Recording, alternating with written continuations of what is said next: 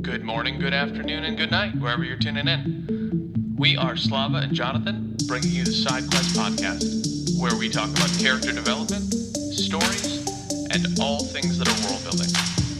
And we occasionally take side quests, because, frankly, that's how conversations work. Just as a reminder, this whole show is spoiler heavy. So sit back, tune in, and join us on this episode of Side Quest.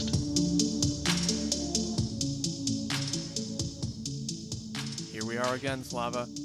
Back at it. This week, back at it. reading another short story.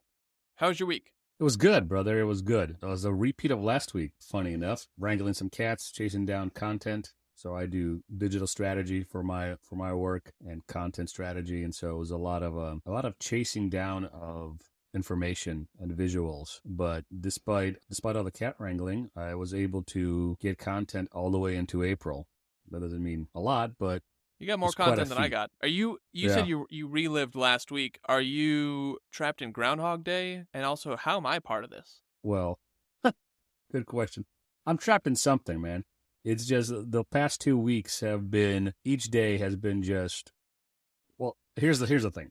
For my work, it's always projecting out a couple of months out. You're always thinking ahead. You're 30,000 feet, and you're there most of the time. The last 2 weeks, I can't say I'm necessarily in the weeds, but it's been a little project here, a little project there, or a little step in project B here. Then you move to project D, and then somehow you find yourself looking for items for project F.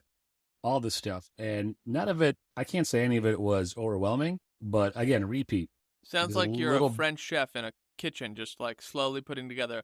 Oh, we don't put the little thing in out, and then we go over here and we make the dessert, and then we do this, and Yeah. then we cook the lamb in the oven, and we go. Oh. Yeah, for sure. It's a bit of a Michelin funnier than star you gave kind it of credit for. presentation. It's pretty funny. I'm laughing. Yeah. Really. That's funny. If you're going to compare my job to a French chef, like in Michelin star restaurants, you have to plate it right, and a little dollop of sauce here, and the little parsley piece on the left, and then a little, whatever, the shrimp or the scallop in the middle with a little bit of a mushroom on the side. That's basically my job. I did a lot of That's what it plating sounds like. the last 2 weeks. Yeah. So, but it was good. I can't complain. Like, it's better than the weeks where, you talked about your company's Super Bowl last week. It's better than when we're up against our Super Bowl, which happens in November. Then everybody's running around like a chicken with their head cut off. So I'll take this sort of week all day long. I hope the next two are the same. Have you ever been to a Michelin star restaurant? No, but I have been to a few tasting menus, and it's fun. I like it. Is there It's anything? expensive, but it's fun. Because it's just, we're quick side quest here, because I've been thinking about food a lot because I'm forcing myself to do a diet to lose some weight. Baba Booey. And Baba is there Booey. something below a Michelin star, or is it just like you got the star or you don't got the star? Because I thought it was like 3 stars. I think it's up to 3 stars. There's different star systems, I guess that we can call it that. The Milky So there's Way, like Orion's Belt. Orion Belt. The best restaurants are in Orion's Belt, in my opinion. So that you got your 1 star, your 2 star, I think you need like your 5-star restaurants. Those are your typical, high-end steakhouses or American fare restaurant or whatever they may be. You might have Indian fare restaurants that are 5-star. And in Chicago, I ate at an Indian joint, but it was top level Indian restaurant. So you have all kinds. And then when you get in the Michelin arena, and I don't know enough to speak with too much confidence, but this is what I understand of it. Once a chef reaches a certain level, he gets a Michelin star. And then he can get 2 or 3 Michelin stars. And those restaurants are world class. So while your 5-star restaurant might only be known in Chicago, for example, and unless news of it travels farther, people might come. A Michelin star restaurant is in the Michelin Guide, so it's become at that point a world-class restaurant. Yeah, I just pulled up And that's all I know. Just the restaurant guide here, and it says that the Michelin series 1 star indicates a very good restaurant. Great, very specific. 2 stars indicates a place worth a detour. 3 stars means exceptional cuisine worth a special journey. Right.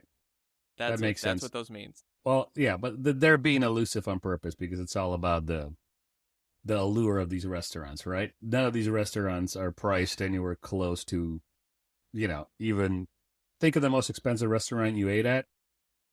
These restaurants will be at least double that. And that's not a knock because you're paying for more. And I'm going to sound, elitist here and not whatever. Sorry, not sorry.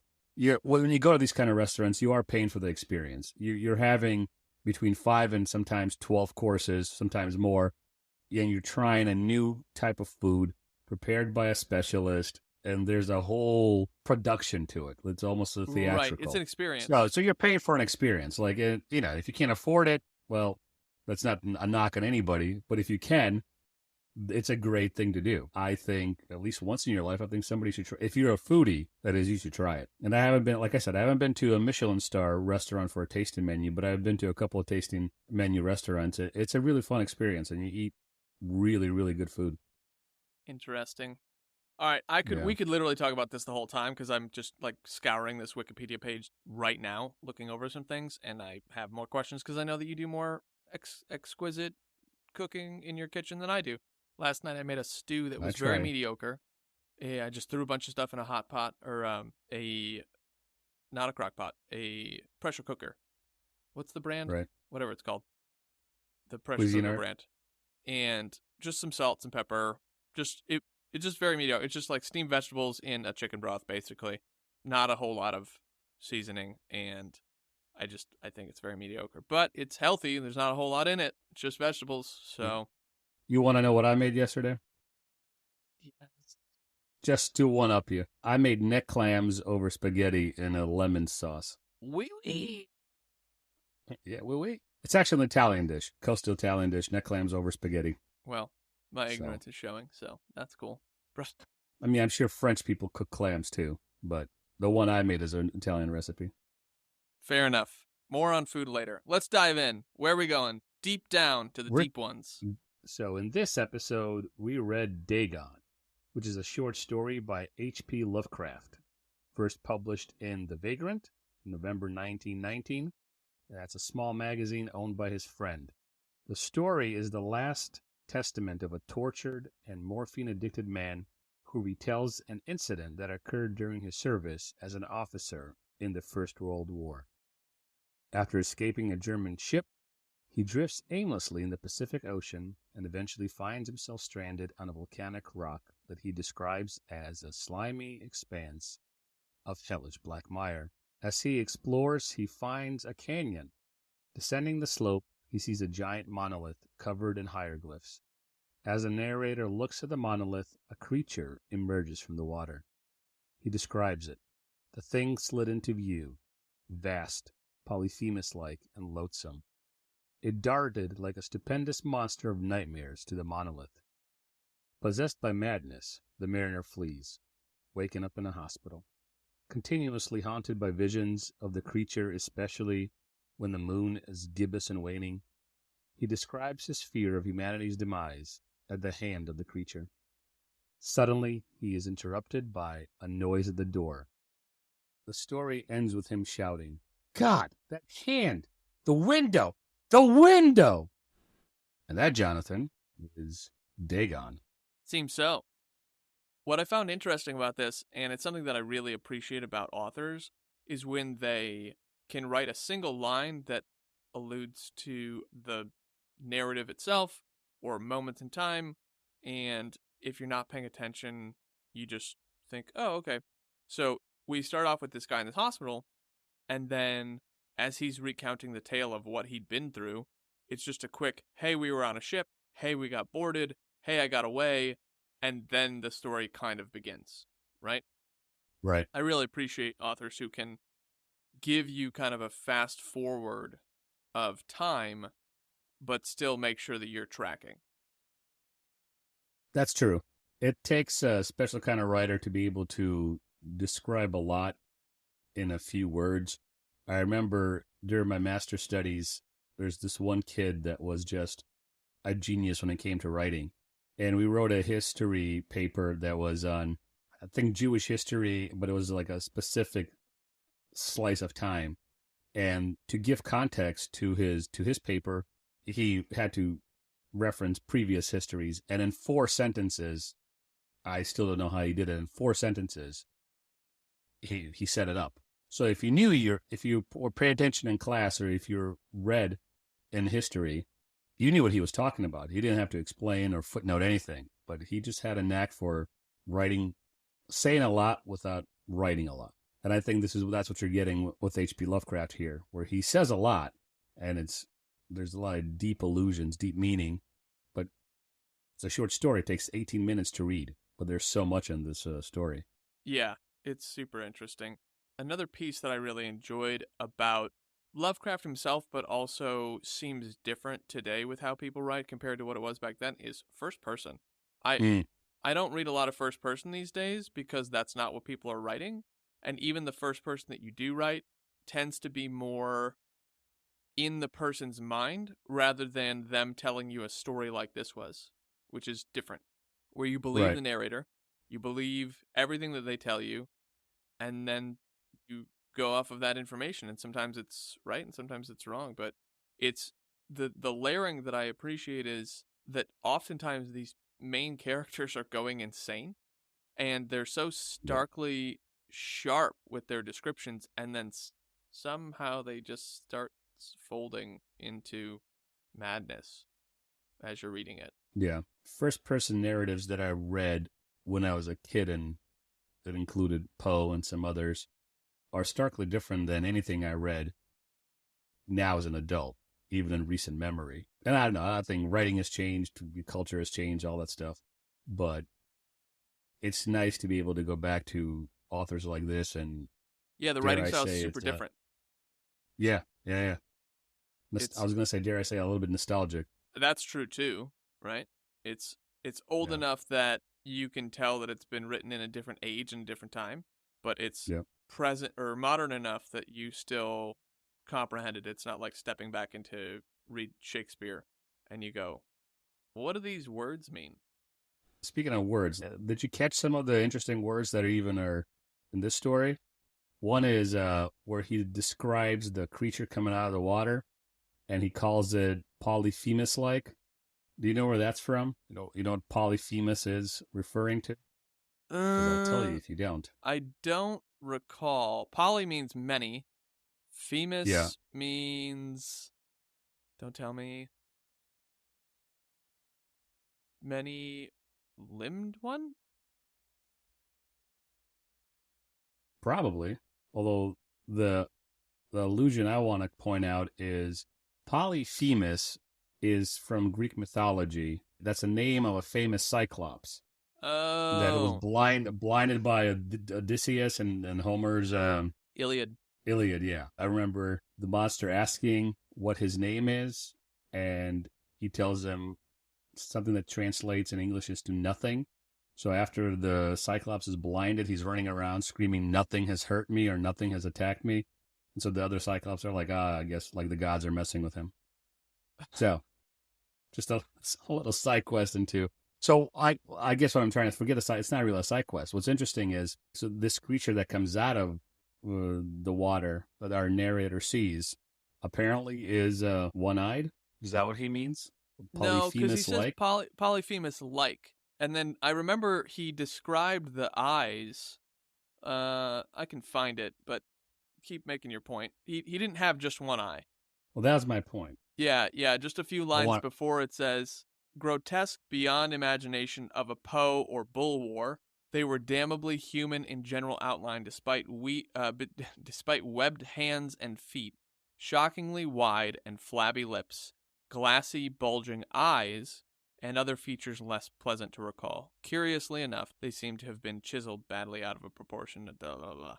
Yeah, So but isn't multiple that eyes. is That's why he's Polyphemus-like, because it's not that he has one eye. It's that I think it was his height and stature, because in that same sentence where it says Polyphemus-like and loathsome, he uses the descriptions of monolith and monster and gigantic and gigantic scaly arms. So I would Right. say that it's Well, about his size, probably. okay. I read the things that you just described. I read that as the creatures that are sculpted into the monolith. And then this guy, as he's looking at those creatures that are sculpted into the monolith, that are webbed and shockingly wide, flabby lips, bulging eyes, all that stuff, this thing comes out. So either way, I thought that was interesting. That Yeah, well, and he finishes writer, that area. He says, "I think I went mad then," which, if we're trusting the narrator, that has to be the transition point of madness, if you will. But a little later, he yeah, identifies the creature as most likely the ancient Philistine god Dagon, fish god. going back to our point where we started with writers like H.P. Lovecraft, they're different not only because of their prose and their ability to maybe say a lot with a little, but to read their stuff, you kind of have to know some of the stuff on the periphery, right? Or even, I don't think Greek mythology is a peripheral thing, but I think you understand what I'm getting at. Yeah, well, so this, and we've touched on this previously, is there's almost a zeitgeist of knowledge that happens when you read, because we've spoken about the pabadas. What are they called? I want to say Piaget, but that's not right.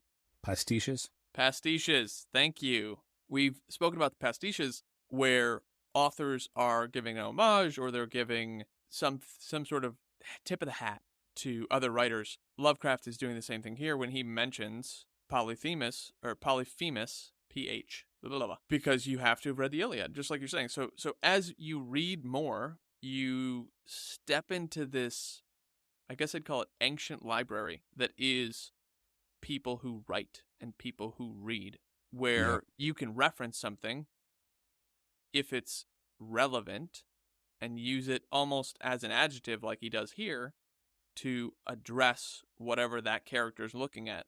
Yep. Quick side quest.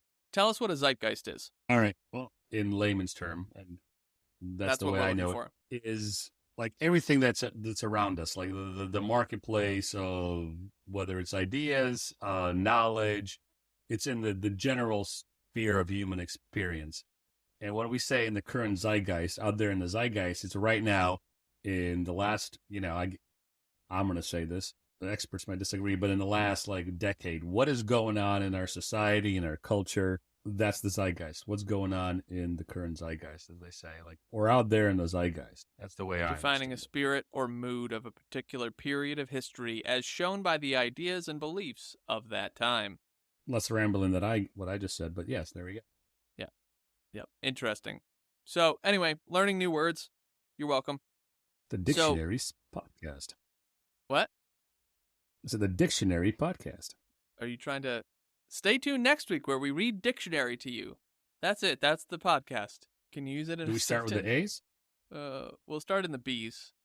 All Okay. right. So I like the contrast of characters that Lovecraft writes, where he takes a sane person and their demise is always slow, and it always comes through a story of them recounting what happened. Not always, but primarily comes through that channel. Sometimes you are there with them in the moment. I think it was Rats in the Walls, where the guy is with a friend in like the cellar or whatever, and he keeps thinking he hears rats in the walls, and you watch the madness occur in real time, if you will, rather than the retelling of a story. And for me, it's the setup of the feeling. This is going to sound awkward, but the way Lovecraft sets up like what you feel as you read the story. So the slow demise of a man's mind in the short stories you referenced, it's this slow buildup to something horrible about to happen. There's something, the demise of a character, physical or mental. So we share that appreciation of Lovecraft. Yeah. So I want to shift over to Dagon himself, because you had told me that you had done quite a bit of research. Now, Dagon is a god mentioned in the Bible as well, that the Philistines worshipped when they were by the sea. And there's this the brief retelling of this moment in Scripture is that Dagon is in the temple, and the Philistines just took the Ark of the Covenant, and they brought it into the temple with Dagon. And then the next day they get up, and Dagon is off of his stoop or whatever pedestal that he was on. And then they put him back up, and they go, okay, no problem. And then they come back the next day, and then Dagon has literally broken his hands and his statue in general. The same thing. He's been pushed over a second time, and the Philistines attribute that to the God of Israel and the Ark of the Covenant being in the temple. And then there was this, tradition's not the right word, superstition about cracks and thresholds with Dagon, if I recall correctly. Feel free to correct my story absolutely. No, your story is on point. So the primary source of information about the Philistines is actually the Hebrew Bible and a few reliefs that are found at the Temple of Ramses III. So there's Egyptian references and biblical references to the Philistines. And Dagon was one of the deities worshipped in ancient Canaan, Syria, and Mesopotamia. So the Philistines would have definitely worshipped him. Now, the scholars are debating whether he was a primary deity or a secondary deity. Whatever that argument is, it's irrelevant to our conversation. The fact is that the Philistines did worship Dagon just as other peoples in the area did. The main deities that were worshipped was Dagon, Baal, Astarte, and Asherah. And the Philistines also, possibly, because of their mention in Egyptian reliefs, probably worshipped Ketesh and Anat. Is the etymology of Dagon is from the Hebrew word dog for fish. And this assumes that Dagon was a fish god or that he was a god of maritime people. Now, since the 90s, scholars have challenged this, and I don't know how hotly this is debated among the scholars, but there's a debate. I've looked up the papers. I didn't read them, but I looked them up, and I've read the abstracts for this podcast. Some scholars, post-1990s, favor the derivation from Dagon instead of Dagon, which means grain. So he could have been the god of grain, which also makes sense for the area. Well, so most of the gods in the ancient world were most of them were worshipped because of their influence influence on agriculture. I mean, their whole societies were built on agriculture. There's a few god of wars here and there in Greek and Roman. Yeah. I don't know of any in the Mesopotamian era or Egyptian for gods of war, but a lot of it was agriculture. Yeah. And if you really want to go down the rabbit trail, the super nerds out there, there's a book called The Great Fall of Dagon. It mentions an archaeological site which shows what looks like a fish man in two postures on the relief, one standing up and one lying down, which biblical archaeologists say it's probably an allusion to the Samuel 5 story that you mentioned just a couple of minutes ago. And then there's another one in the Golan Heights. There is another relief there, archaeological site, what could be Dagon with its hands cut off. So H.P. Lovecraft isn't just making stuff up. I think he's drawing from some old mythos, which is still cool. As they say, nothing new is under the sun. But Absolutely. What do you think? Because Lovecraft is credited with not even credited, I mean, he created it, right? The Cthulhu universe. And the Cthulhu universe isn't even super fleshed out. It's kind of just fragments and pieces, which is fun. But Dagon would have been one of the deep ones. He would have been half fish, half god, or half fish, half man in at least this world. I didn't see this in any of the stuff that I looked up. Did you see anything about what initially sparked his thoughts on using this as inspiration or haunted him or what have you? Yes. There's a possibility that Cthulhu is a play on words or an allusion to the chthonic gods in ancient Greece. They were supposed to be associated with the underworld and the dead. And on one of the encyclopedia websites that I looked up, there's 45 of these guys. And none of them are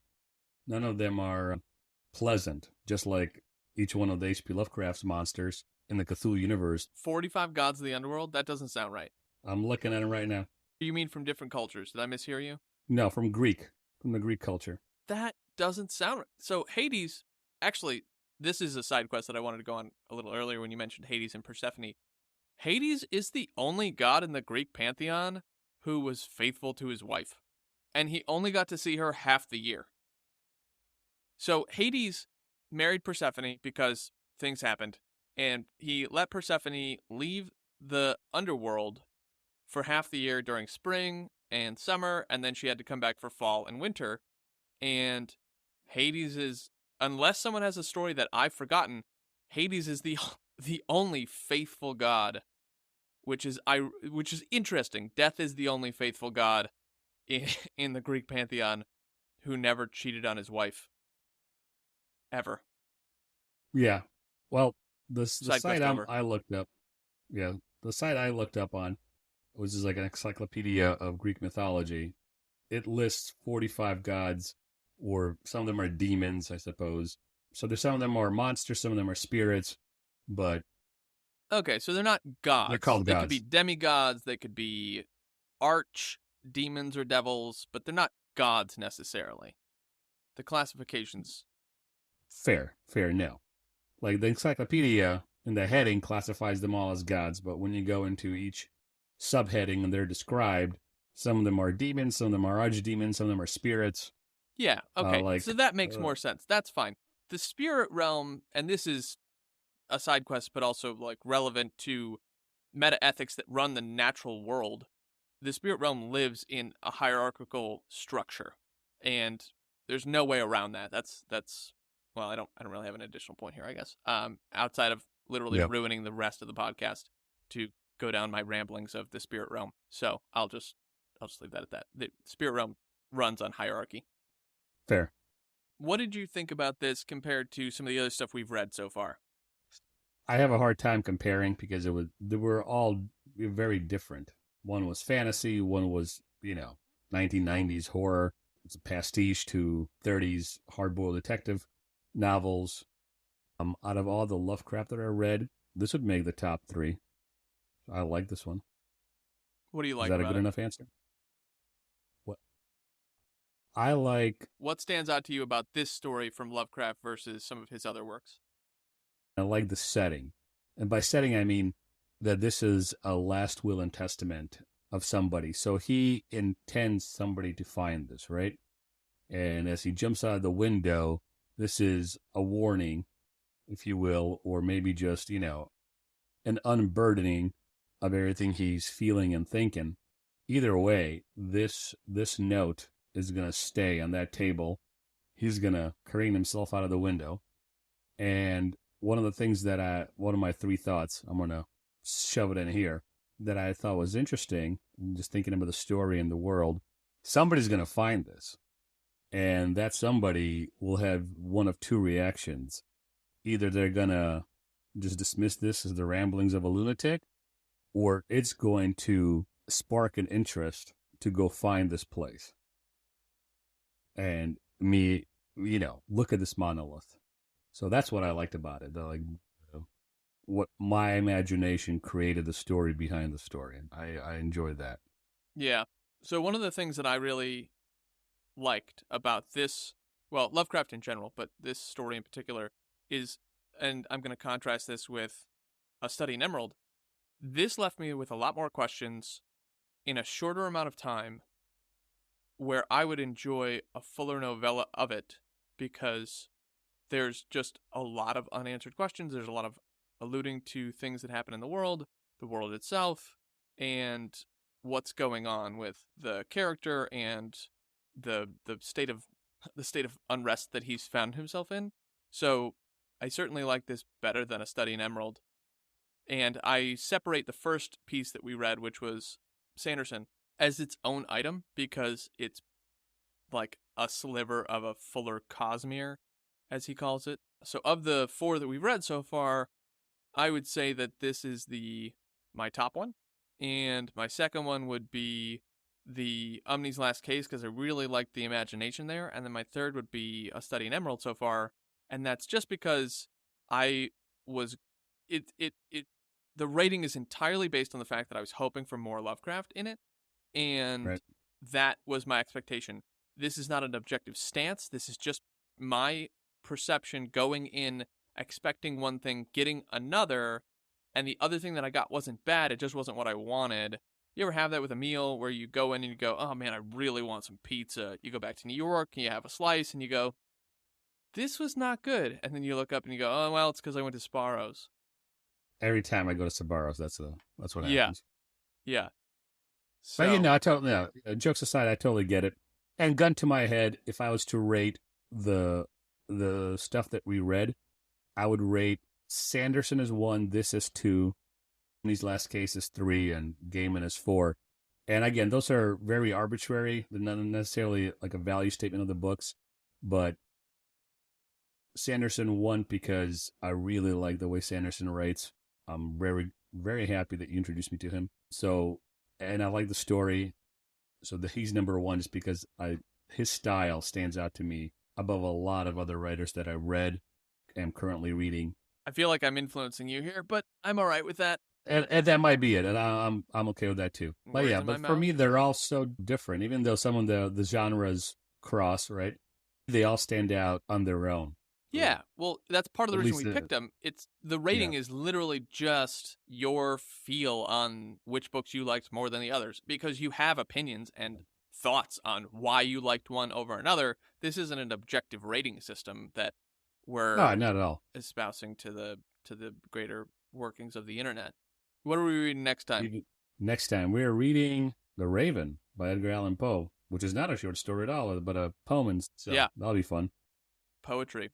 So we read poetry here. We actually were having a discussion recently about like, well, what texts, what literature do we not read? And we don't necessarily have a big list, but we were like, we should probably think about that. So we'll keep you posted on when we decide if there's things we don't read. Or if you put something in the comments and then we go, yeah, we're not going to read that. Anyway, next week, Edgar Allan Poe, The Raven. And I had a thought actually yesterday that what I want to do is I want to read Name of the Wind at some point, and then I want to read what Name of the Wind has taken large chunks from, which is Ursula K. Le Guin, Okay. which I'd forgotten about, the Earthsea series with Ged. And it's super different writing as well. She was a prominent female fantasy author, and Okay. I had the thought yesterday. So hold us to it. At some point, I'd like to read Ursula K. Le Guin with Slava here on SideQuest. SideQuest over. Take us home. All right, good people. Thank you for tuning in this week, and come back next week when we'll be covering Edgar Allan Poe's The Raven. Be sure to like, subscribe, share with your friends. Let us know how you did or did not like the podcast. And as always, live dangerously. I say as always because I say that all the time, not because we've said it recently. But I do think people should live dangerously. All the time. Goodbye, good people.